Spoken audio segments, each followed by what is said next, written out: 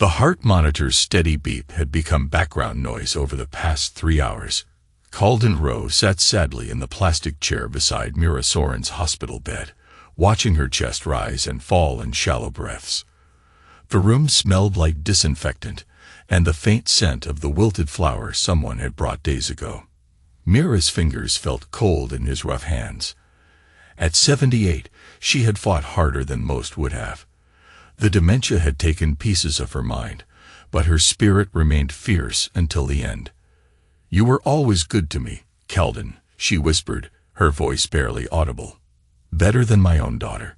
Calden squeezed her hand gently. "Save your strength, Mira." "No." Her eyes opened, sharper than they had been in weeks. "Listen to me. The nurse has something for you. Don't let Rin see it first. Promise me." "I promise." The monitor's beeping slowed. Mira's grip loosened.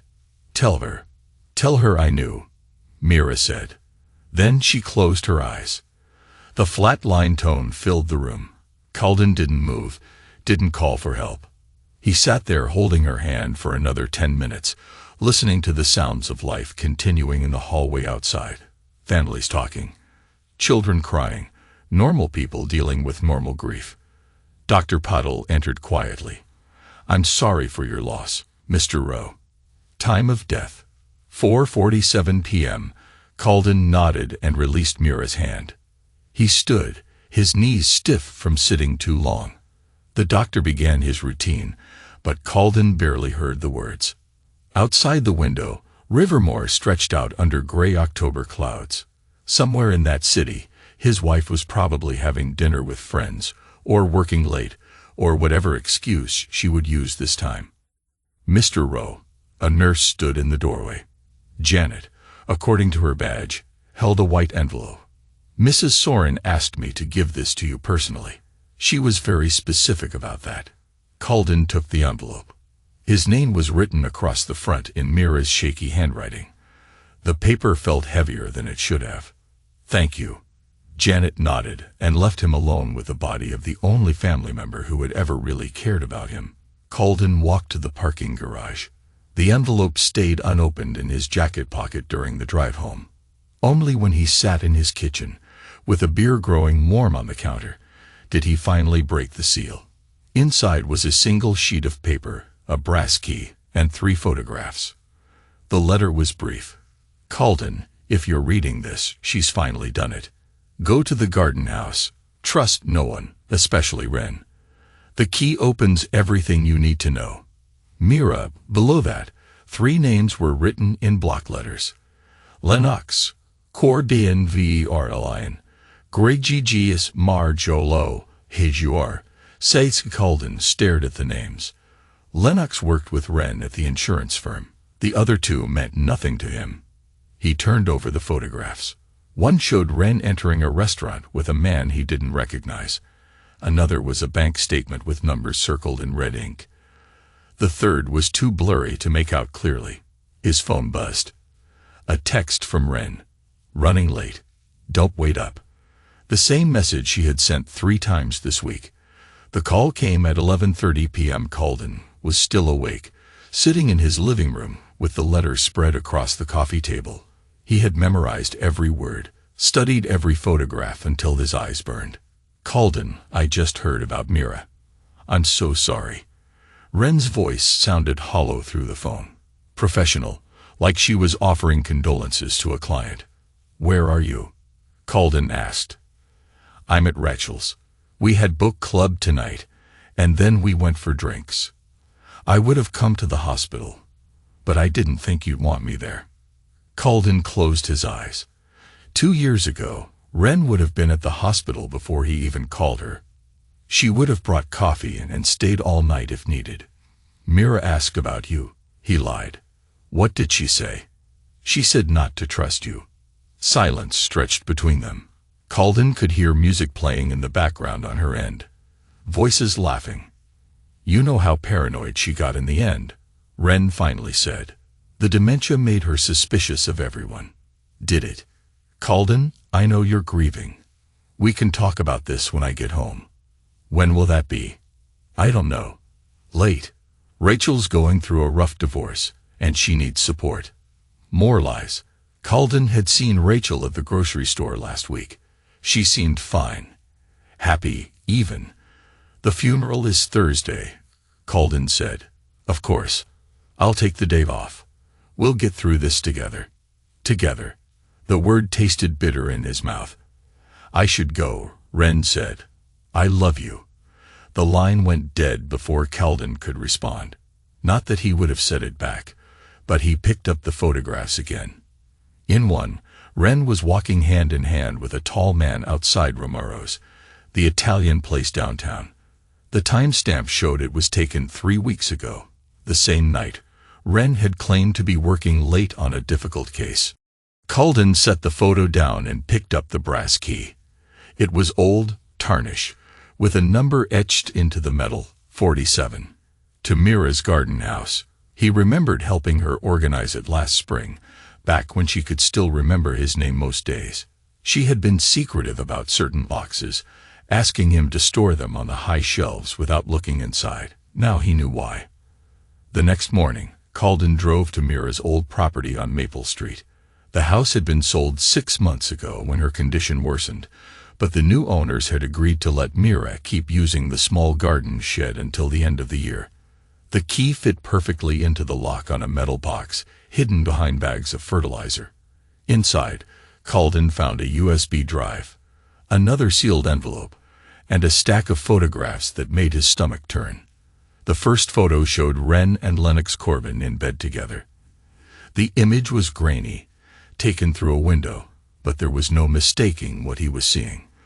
The timestamp was from 6 months ago. The second photo showed documents spread across the table. Calden could see his own signature on several papers, but he had never signed anything like these. Power of attorney forms, bank authorizations, all dated within the past year. The third photo showed Wren meeting with an older woman outside a coffee shop. Both were smiling, shaking hands as if they had just closed a business deal. Calden opened the second envelope. Inside was a single sentence. The USB has everything. Watch it all. Trust your instincts. Mira. He drove home and plugged the USB into his laptop. The drive contained dozens of video files, each labeled with a date. Calden clicked on the oldest one. Mira's face filled the screen. She was sitting in this same garden shed, looking directly into the camera with the clarity he remembered from years ago. Calden, if you're watching this, then I'm gone, and you found what I've been hiding. Her voice was steady, determined. I started making these videos 3 months ago, when I caught Wren going through my papers. At first, I thought she was just being helpful, making sure my affairs were in order. The video jumped slightly as Mira adjusted the camera. But then I saw her taking pictures of documents, my will, your bank statements, things she had no business looking at. So I started watching her more carefully. Calden clicked on the next video, dated 2 weeks later. I hired a private investigator. Cost me $2,000, but it was worth every penny. Mira held up a manila folder. Wren's been cheating on you for at least 8 months. This Lennox fellow, he's got serious money problems.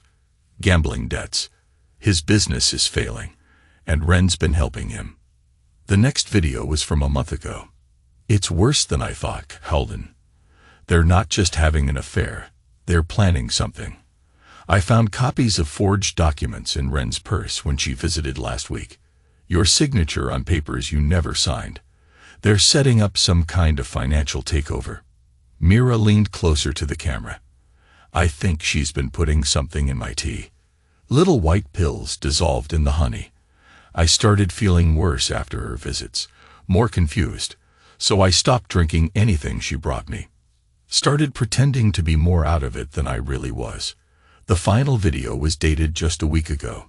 I don't know how much time I have left, and I know it. But I've been documenting everything. The investigator found out about Wren's childhood friend.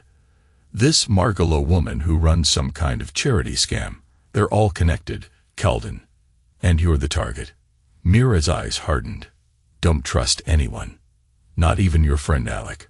I saw him talking to Ren outside the bank last month. Everyone has a price, and your wife knows how to find it." The video ended. Calden sat in silence, staring at the black screen. His hand was shaking as he thought about the past 2 years. Ren's sudden interest in his military benefits, her suggestion that he add her to his bank accounts for convenience, her constant criticism of Mira, trying to drive a wedge between them. All of it had been planned. Calden drove across town to the community center where Alec Reed worked. His oldest friend was leading a group therapy session when Calden arrived. So he waited in the parking lot, watching through the windows as Alec guided troubled teenagers through their problems with the same patience he had once used to treat wounded soldiers. When the session ended, Alec walked outside and immediately tensed when he saw Calden's expression. "Goodness, Cal, you look like hell. I heard about Mira. I'm sorry, man. We need to talk. Privately." Alec glanced back at the building. "I've got another session in an hour, but we can grab coffee. There's a place down the street." They walked in silence to a small cafe. Calden waited until they were seated in a corner booth before he spoke. "How long have you known about Ren and Lennox?" Alec's coffee cup stopped halfway to his mouth. "What? Don't play dumb with me, Alec. I saw you talking to her outside First National last month. Mira saw you too." Alec set down his cup carefully. "Mira was confused at the end. You know that. Answer the question."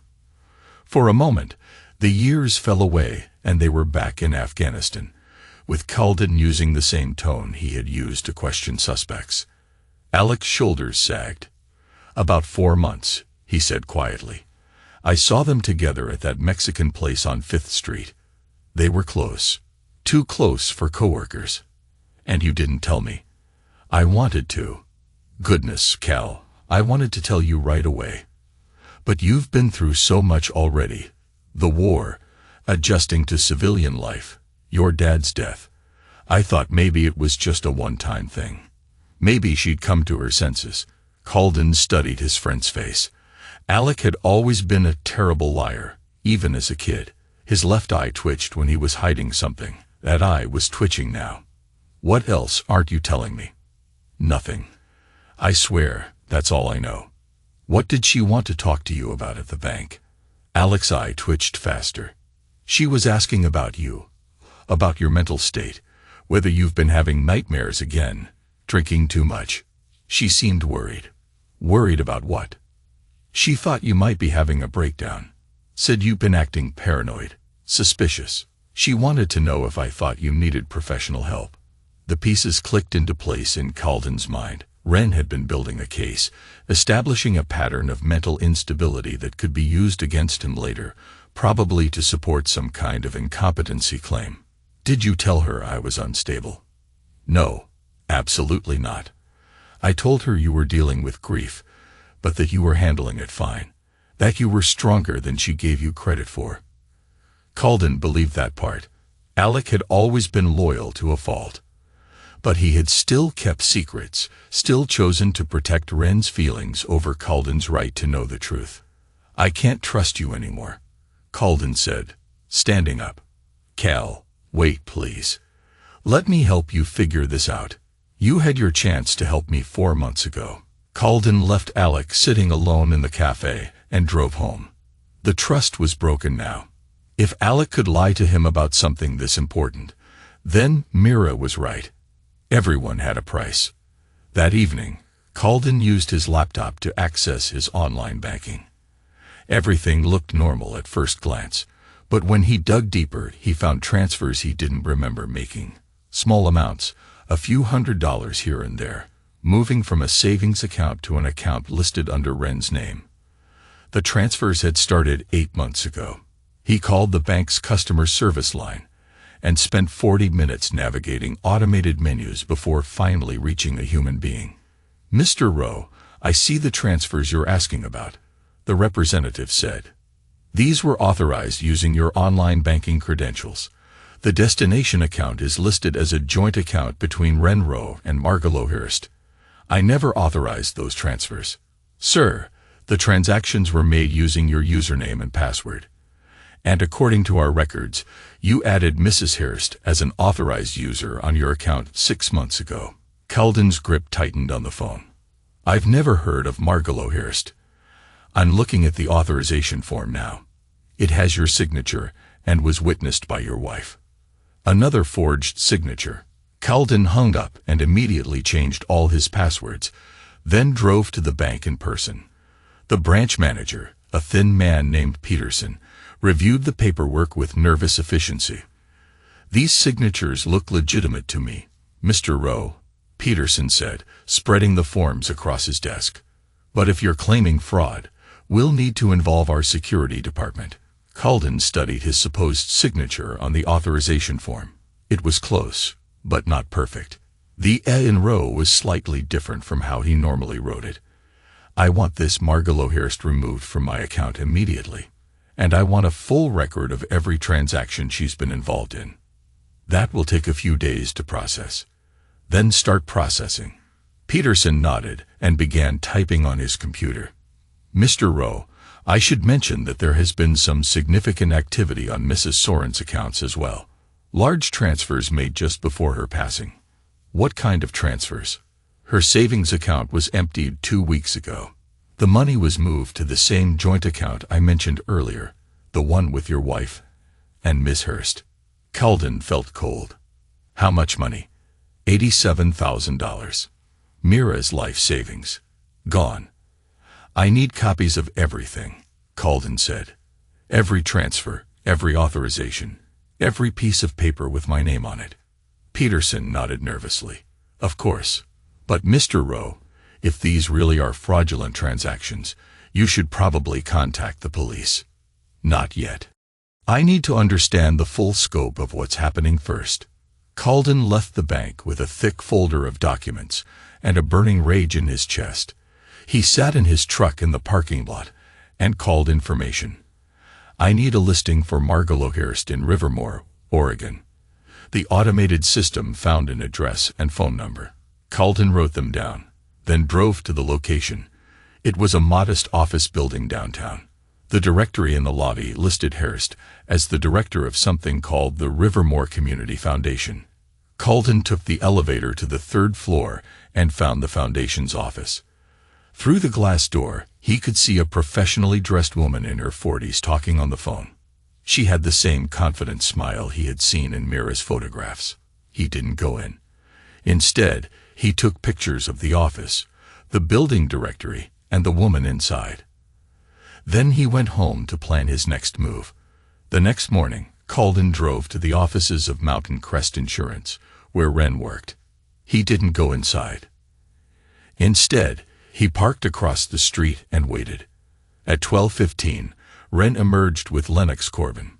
Calden recognized him from Mira's photographs. Tall, thin, expensively dressed, but with the nervous energy of someone living beyond their means. They walked to a nearby restaurant, and Calden followed on foot. He took a table in the back where he could watch them without being seen. Their conversation looked intense, urgent. Lennox kept checking his phone, and Wren reached across the table several times to touch his hand reassuringly. After an hour, they left separately. Wren returned to work, but Lennox walked to a parking garage 2 blocks away. Calden followed him. Lennox drove to a rundown sports bar called Murphy's. Calden waited 5 minutes, then went inside. The place was nearly empty except for a few regulars watching television. Lennox sat at the bar, talking quietly to a large man with prison tattoos covering his forearms. Calden ordered a beer and took a seat where he could hear their conversation. Told you, I'll have the money next week, Lennox was saying. This deal is going through.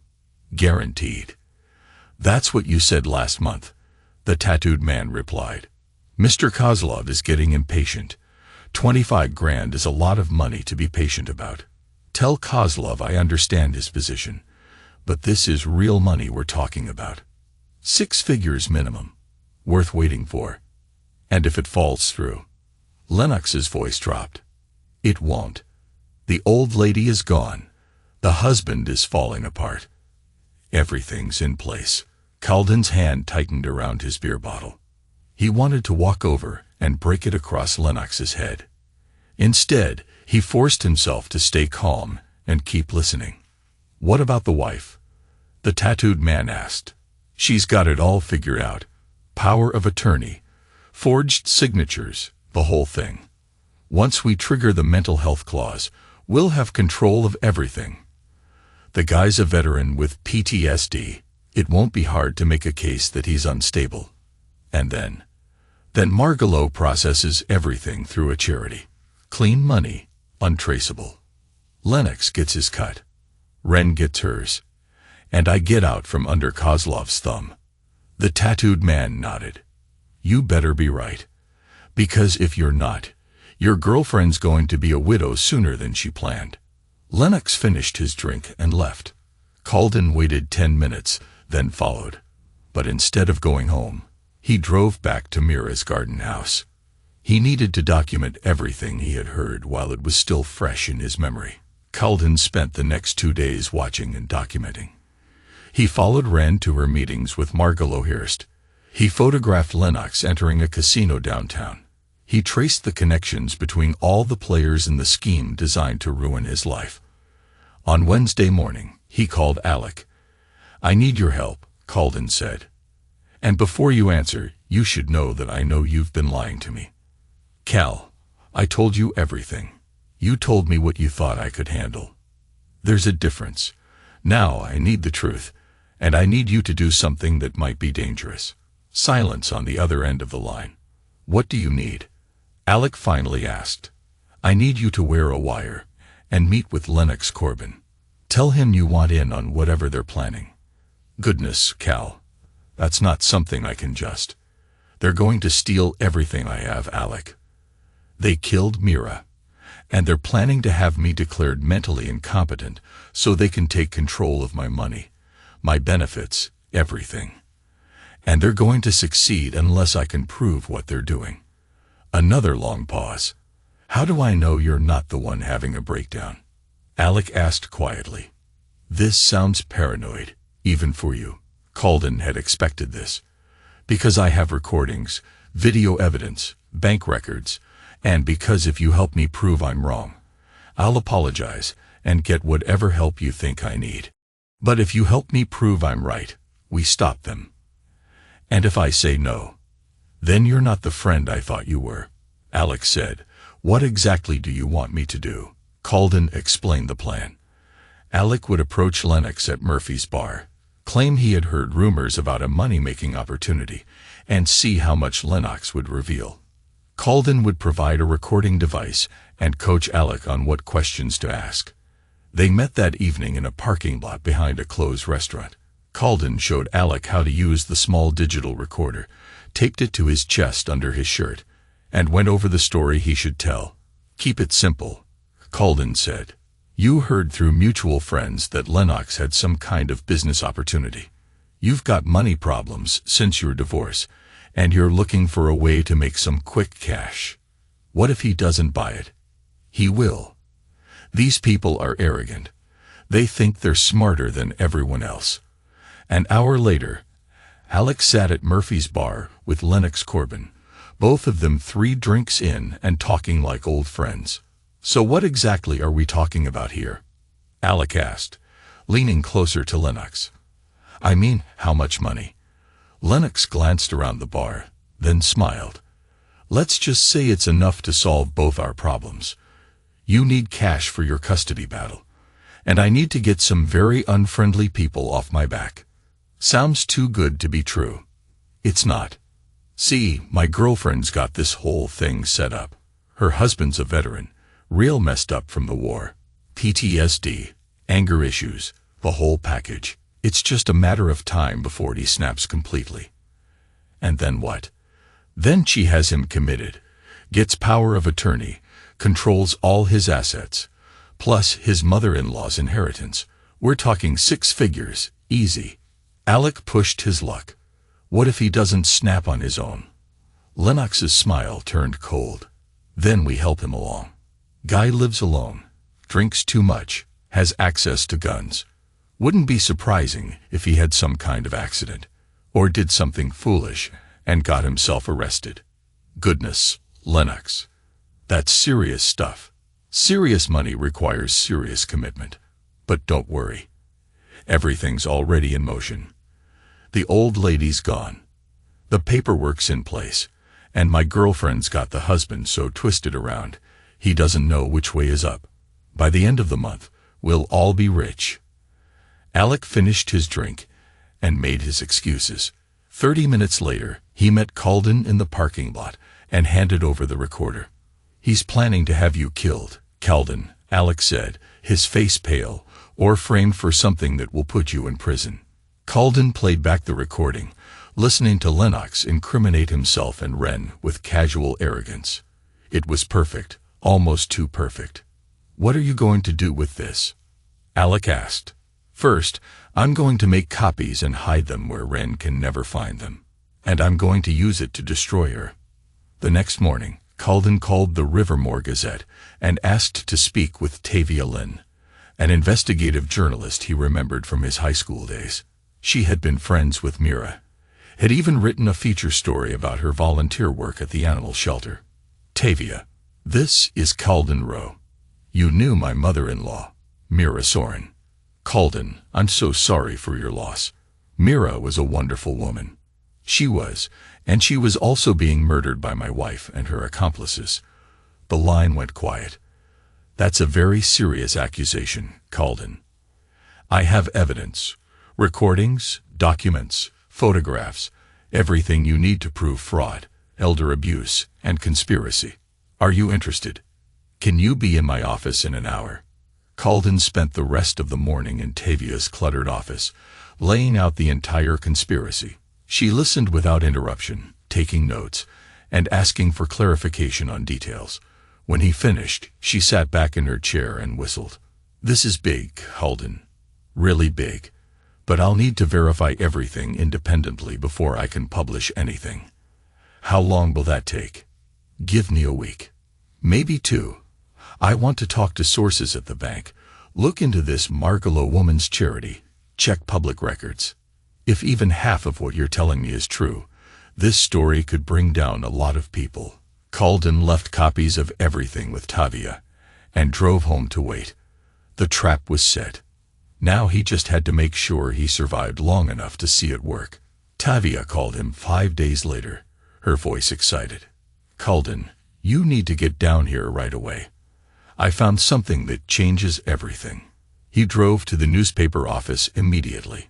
Tavia was waiting with a stack of papers spread across her desk.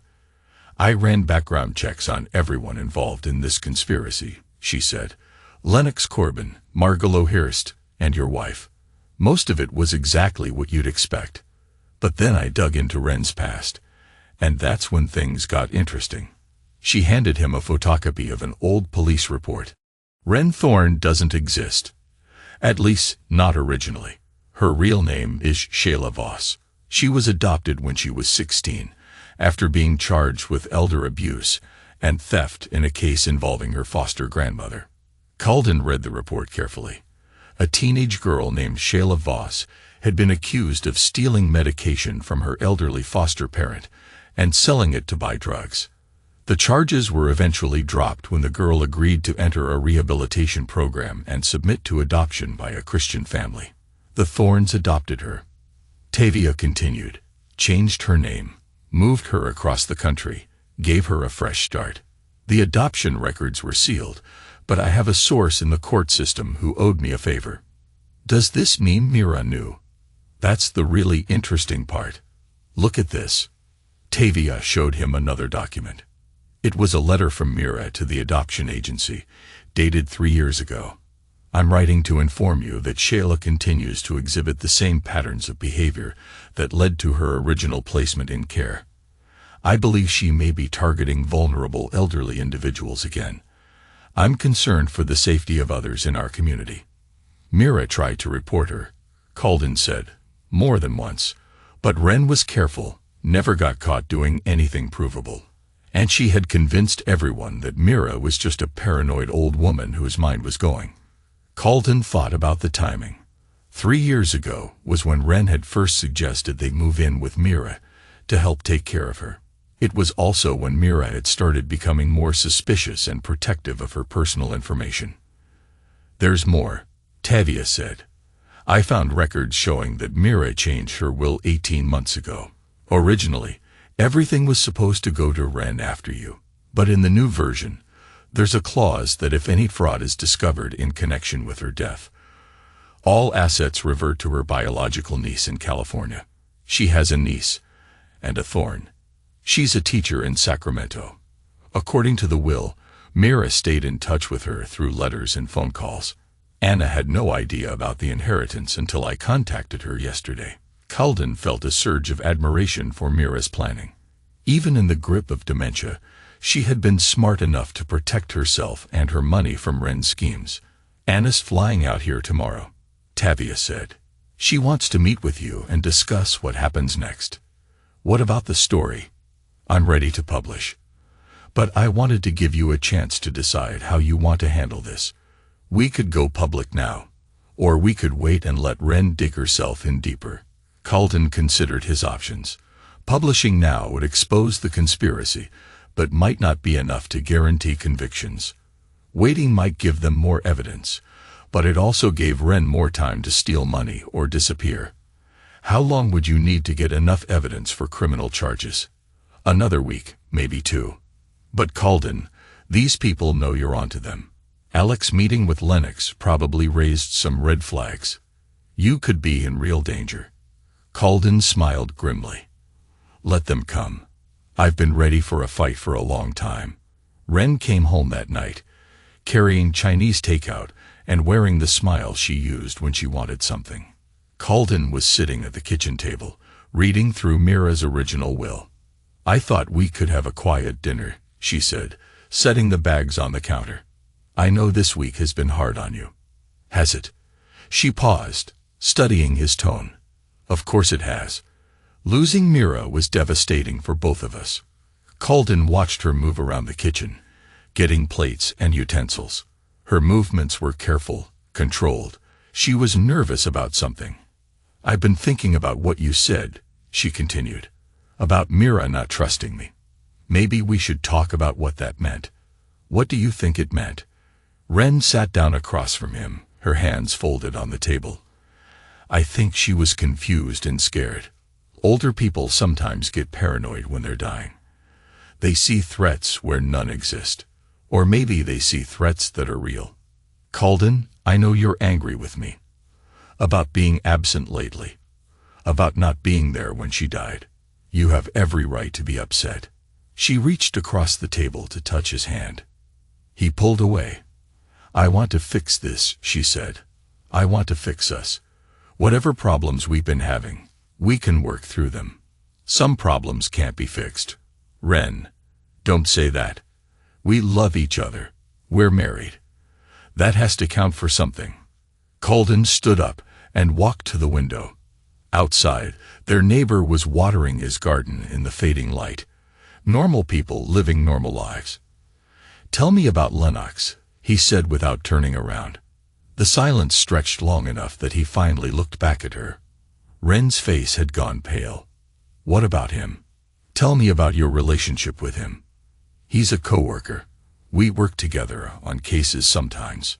"Is that all?" Another pause. Ren was calculating, trying to figure out how much he knew.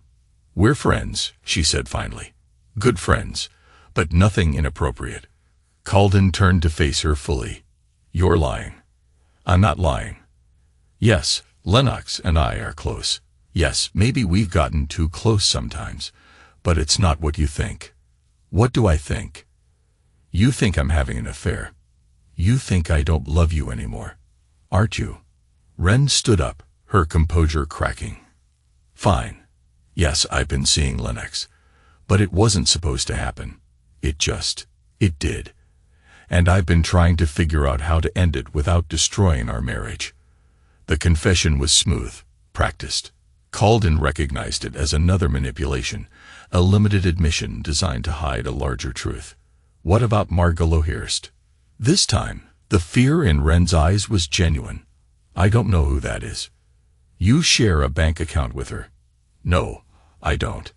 The Rivermore Community Foundation. The charity she runs. The one that's been laundering money for you and Lennox. Wren sat back down heavily. Calden, I think you need help. Professional help. This paranoia. These conspiracy theories. It's not healthy. There's no fixing the rot. Wren. She stared at him for a long moment, then seemed to make a decision. The mask slipped completely, and for the first time in months, he saw the real person underneath. You stubborn fool, she said quietly. You could have just accepted the story, could have let me take care of you, but you had to go digging around, had to play detective. So you admit it. I admit that you've become a problem. But problems can be solved. Calden heard the front door open. Footsteps in the hallway. Wren smiled. You should have minded your own business, Calden. A large man entered the kitchen. Calden recognized him from the photographs in Mira's files. Roland Griggs, ex-military like himself, but the kind who had been kicked out for violence. Mr. Rowe, Griggs said politely, we need to have a conversation. Calden assessed the situation quickly. Griggs was armed. He could see the outline of a pistol under his jacket. Wren was positioned between him and the back door. The front door was blocked. What kind of conversation? Calden asked. The kind where you sign some papers and agree to check yourself into a nice facility for people with PTSD. Nothing permanent, just long enough for your wife to get your affairs in order. And if I refuse? Griggs shrugged. Then we'll have to be more creative. Veteran with a drinking problem has a tragic accident. Happens all the time. Calden nodded slowly, then launched himself at Griggs. 2 years of civilian life hadn't dulled his combat instincts. He hit Griggs low and hard, driving him back into the hallway before the bigger man could reach for his weapon. They crashed into the wall together. Griggs was strong, but Calden was faster and more desperate. He got his hands on Griggs' gun and used the butt to hit him in the temple. Griggs dropped like a stone. Wren was already running for the back door when Calden caught her in the kitchen. She spun around with a knife from the butcher block, but he grabbed her wrist and twisted until she dropped it. It's over, he said. No, it's not. You can't prove anything. It's your word against mine, and everyone thinks you're unstable. Calden zip-tied both of them, with restraints he kept in his toolbox. Then he called the police and set up his phone to record a video confession. When Griggs woke up an hour later, Calden was ready with questions, and with Wren already confessing to save herself, Griggs decided cooperation was his best option. That's why, by the time the police arrived, Calden had everything he needed on video. The trial took place 4 months later in the Rivermore County Courthouse. Tavia's articles had made the case famous throughout Oregon, and the courtroom was packed with reporters and curious locals. Calden sat in the front row, watching as the prosecution methodically destroyed the conspiracy that had nearly destroyed his life. The evidence was overwhelming. Bank records, forged documents, recorded confessions, and testimony from a dozen witnesses. Lennox Corbin took a plea deal and testified against Wren in exchange for a reduced sentence. He looked pale and defeated as he described the plan to slowly poison Mira and drive Calden to a mental breakdown. It was supposed to look natural, he said from the witness stand. Mrs. Soren was already sick. We just accelerated things. And Calden was already struggling with PTSD. We thought it would be easy to push him over the edge. Margolohurst's charity was exposed as a money laundering operation that had been running for years. She had processed stolen funds for dozens of criminals, taking a 20% cut for herself. Her testimony revealed a network of fraud that reached far beyond Calden's case. Roland Griggs admitted to being hired muscle, brought in to intimidate or eliminate anyone who threatened the operation. He had been planning to kill Calden and make it look like suicide. But it was Wren's testimony that drew the most attention. For 3 days, she sat on the witness stand and tried to convince the jury that she was a victim of circumstance, manipulated by Lennox, and forced into actions she never wanted to take. I love my husband, she said, tears streaming down her face. "I never wanted to hurt him. But Lennox threatened me. He said if I didn't help him, he would hurt Calden anyway." The prosecution's cross-examination was brutal. They played recordings of Wren laughing about Calden's weakness and discussing how much money they would steal. They showed photographs of her celebrating with Lennox after Mira's death. Anna Soren, Mira's niece, testified about her aunt's fears in the months before her death. She read aloud from letters Mira had sent describing Wren's suspicious behavior and her growing certainty that she was in danger. Mira was a strong woman, Anna said. She wasn't paranoid or confused. She was scared. And she died knowing that no one believed her. The defense tried to argue that Calden had fabricated evidence and manipulated witnesses, but their case fell apart when confronted with the sheer volume of documentation. Mira's hidden videos were particularly damaging, showing a lucid woman describing criminal activity in detail. On the final day of testimony, Calden took the stand himself. He spoke quietly about his marriage, his trust in Wren, and the gradual realization that everything he believed was a lie. "She made me doubt my own mind," he said. "For months, I thought I was losing my grip on reality. She convinced me that my instincts were wrong, that my concerns were symptoms of mental illness." The prosecutor asked him about forgiveness. "Do you hate your wife, Mr. Rowe?" Calden looked across the courtroom at Wren, who was staring at him with desperate hope in her eyes. "I don't hate her," he said, "but I'll never forgive her. Some betrayals are too deep to heal from." The jury deliberated for 6 hours. When they returned, the foreman read verdicts of guilty on all major charges. Judge Patricia Morrison called the conspiracy one of the most callous and calculating schemes she had seen in 30 years on the bench. She sentenced Wren to 18 years in federal prison. Lennox received 12 years. Margalo got 15 years and was ordered to pay full restitution to her victims. Roland Griggs, who had cooperated fully and provided information about other crimes, received 8 years. As the bailiff led Wren away in handcuffs, she looked back at Calden one last time. He met her eyes without expression, then turned and walked out of the courtroom. 6 months after the trial, Calden stood in his backyard with a metal trash can and a box of matches. Inside the can were wedding photos, love letters, and every other reminder of his life with Wren. He lit the match and dropped it in. The flames caught quickly, turning years of false memories into ash. Anna Soren had insisted that he take Mira's house, along with the dog Wren had always hated. Lenny was a 12-year-old golden retriever who had been Mira's constant companion. Now Lenny followed Calden everywhere, as if understanding that they were both survivors of the same war. Tavia had offered to write a book about the case, but Calden declined. Some stories were too personal to share with the world. Some victories were meant to be private. He had testified at 3 more trials as prosecutors used his case to bring down other members of Margalo's network. Each time he watched criminals get sentenced and felt a small measure of satisfaction. But mostly, he just wanted to be left alone. Alec had tried to rebuild their friendship, but Calden wasn't interested. Trust, once broken, couldn't be repaired with apologies and good intentions. Some relationships were meant to end. His new life was quiet, simple.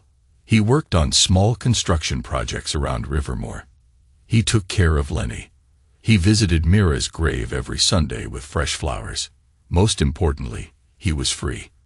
Every morning, Calden jogged past the garden shed where Mira had hidden the truth. The brass key now hung on a hook in his kitchen, a reminder of how close he had come to losing everything. He thought about Wren sometimes, locked in her federal prison cell. She would be 64 when she got out if she served her full sentence. By then, he would be an old man living a life she could never touch. Justice wasn't always about punishment. Sometimes it was simply about survival. Calden had survived. Mira's truth had survived. And in the end, that was enough. He was alone, but he was never blind. And now, finally, he was free.